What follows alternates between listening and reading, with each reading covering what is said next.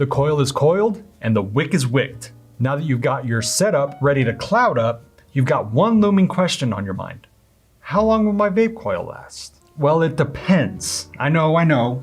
Another question with all sorts of variables. But honestly, it does depend. Pre-made coils can last on average about 2 weeks, but a rebuildable coil can last closer to a year if properly maintained. So let's talk about what causes a coil's life to degrade and ways to make it last longer. First is e-juice buildup. One thing that can cause your coil to crap out faster is pretty obvious, and that's buildup. Continuously vaping will cause your coil to collect remnants of flavoring and sweetener. The biggest tell is the cotton on pre-made coils will be a darker color, and you will have noticeable gunk on top of rebuildables, as well as the cotton turning a darker shade. To counter this, keep a watchful eye on your coils and clean them when necessary. With rebuildables, remove the cotton, dry burn the coil and rinse it off a little bit, and then replace the wick with fresh cotton. With pre-made coils, you have a few options. You can soak them in hot water, PG, and even vinegar to get them back into tip-top vaping shape. Bear in mind though,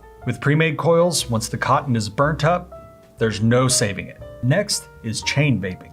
This applies more so to pre-made coils than rebuildable coils. We know, you're a cloud chaser and no amount of vaping will stop you, except a burnt coil. Vaping repeatedly back to back will cause the gunk to build up faster and the cotton to burn out quicker. With rebuildable coils, it's less of an issue. The coil can stand the constant vaping, but your wick not so much. The cotton will burn out a little bit quicker. The solution?